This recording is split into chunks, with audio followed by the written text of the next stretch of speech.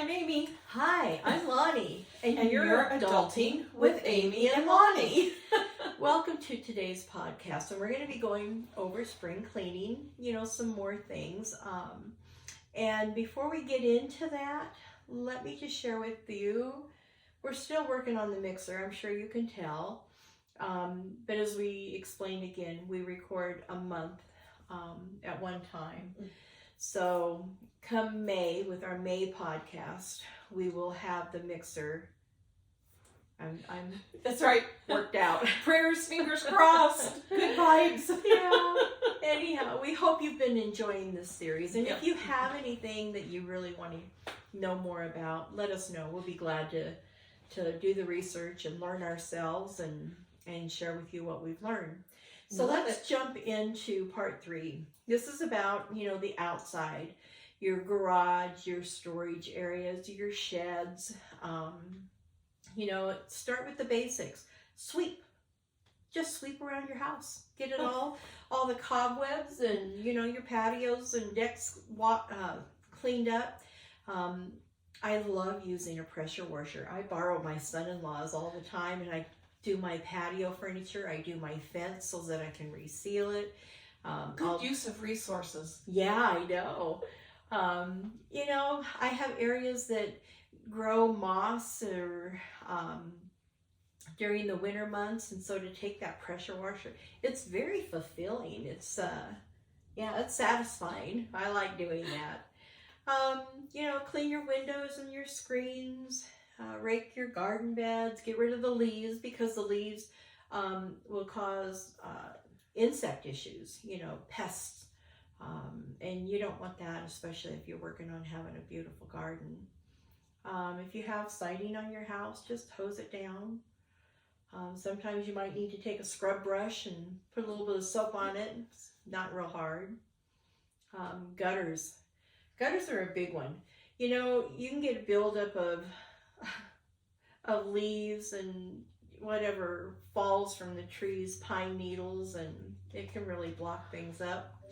And I'm horrible at this, because I noticed the other day I have plants growing up. I was going to share that. My folks are up in the Pacific Northwest, where the weather is, and they had gone, I think it was 2 winters without having help. They need some resources to clean those out. And they had a tree. It was a whole finger thick tree. Oh, no. Well, and of course that can cause damage. Yeah. Well, and the other thing, your bird feeders. I like to feed hummingbirds, and you're supposed to take it down during the winter so that they migrate. My daughter keeps hers up year-round, and she feeds them year-round. If you're going to do that, you have to make sure that you keep them fed all year long. But the other thing, play equipment, for your kids or even your pets. I had agility equipment for my dogs, and, that needs to get cleaned and, put back and make sure everything is repaired, not damaged. If anything is broken, throw it out. Why hang on to it? When you're going through, is anything leaking? Do you need to do repairs? Those are all good things to... Do you have anything else? No, really just that, as you're doing whatever that cleaning looks like outside. Check for damage, of course. Is it something that can be repaired? Is it something that you will have repaired, or will it just hang out until you have it repaired? Should you just guilty? Just replace it, and as you already mentioned, cleaning the siding on your houses, on your house, your outbuildings, whatever that might look like, the play structures, all of that. You mentioned all of those things. Yeah. What else? Well, what about our pets? Well, people have different opinions on bathing dogs, and for me personally, if if I'm up at the ranch and my dogs have gone out and played and come back green, if you know what I'm talking about, they get a bath. But typically, trying to keep them brushed. If you keep them brushed, it should be healthy for their skin and all. You know, dogs out in the wild don't get a bath every week, but So keeping your doggy groomed as appropriate for you. exactly. Whatever, Gotcha. however it works for you. You know, we talked about the yard, going through the yard, getting rid of anything that may be broken, that's not going to get repaired. Let's see. My folks have a little dog, my brother Lucky, shout out to Lucky.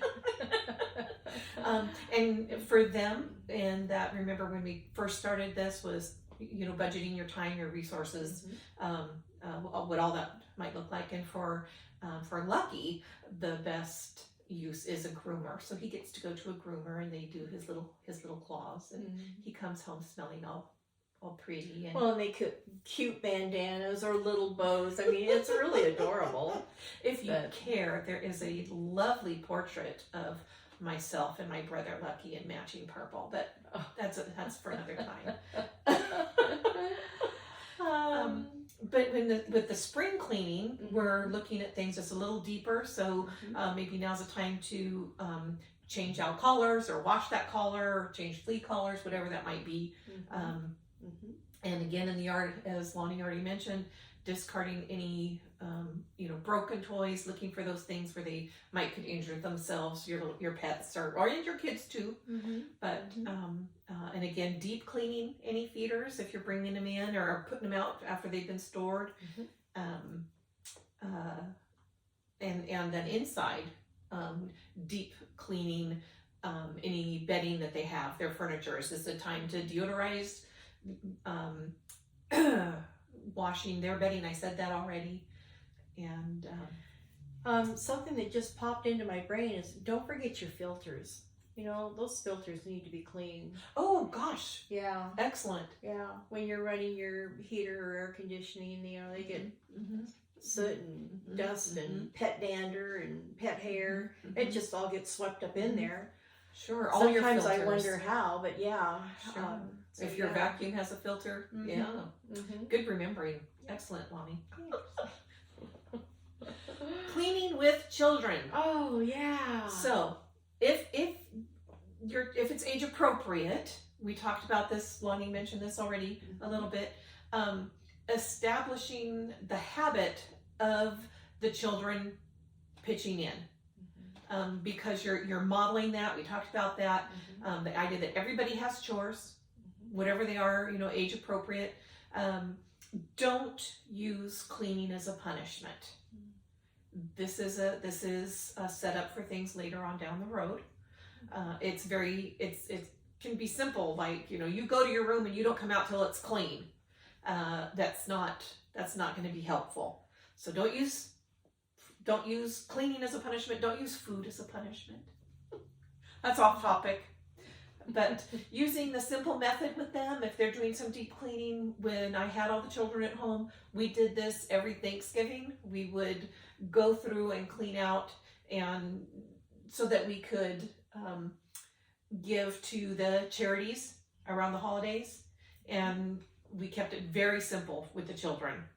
We talked about the box method. For adults, that's going to be a little more complicated, but we're going to sort clothes. We're going to sort toys and books, and we're going to sort crafts and hobbies. And it's keep, donate, trash. That's it. And giving them the opportunity that if they're not sure yet, if they're ready to give that up, don't. Well, and like Amy was talking about modeling, you know, when a good place to always start with, you know, young kids learning to make their own bed. And, you know, if they make their own bed and they put the pillow on the wrong end, don't correct it.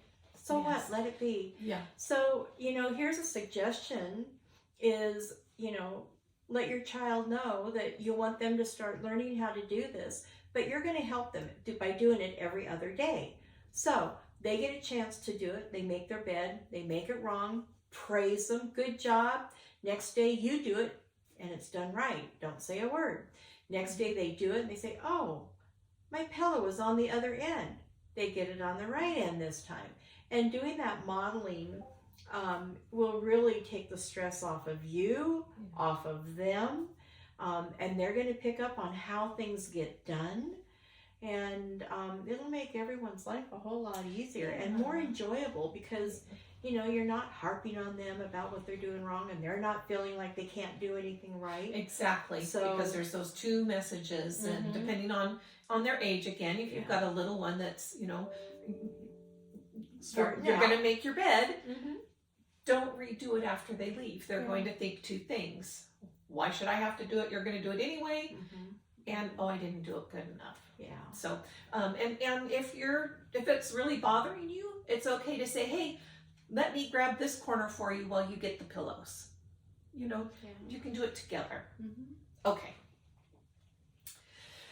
Wow, that was a quick one. That was a very quick one. I think this is probably going to be the shortest one we've ever done. You're probably glad about that, aren't you? Well, anyhow. We could take a moment to, you know, Lonnie's very good about sharing her experiences and the things that work for her as we go along. And I'm not so much. I want to give you the information that I discovered. For me, what's been working is more focused method. I feel like I've got about a half an hour in me. I'm going to do the back closet, for example, which took me longer than a half an hour, but I did it. Good for you. I did it. Nice job. Oh, thank you. And for me as well, for us, and it's just the two of us now in this little bitty apartment. So it's really much simpler than the days of, you know, 62 pets and 62 children. We're all home and judging, you know, what that looked like. But even then, when there were, you know, so many kids home, everybody had a chore, one chore during the day. And bedrooms were inspected on Thursday after dinner. And the idea being, gosh, you know what? I just discovered that all of your dirty laundry is under the bed. You have Friday to take care of that still, so that you're not losing your weekend because you didn't meet your goal, you know. But I didn't have a lot of wisdom when I was raising my kids. It wasn't wisdom. It was preservation.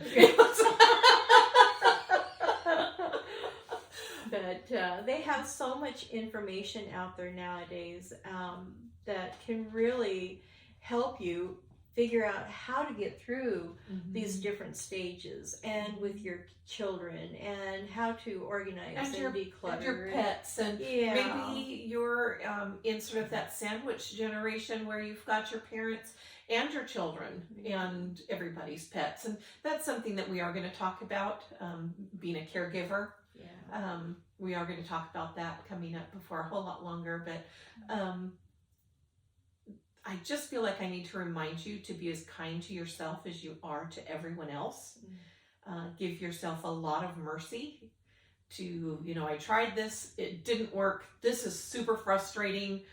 Okay, look around, send us a message. We will help you find something different. But be kind to yourself. Okay. So we're going to end this right here.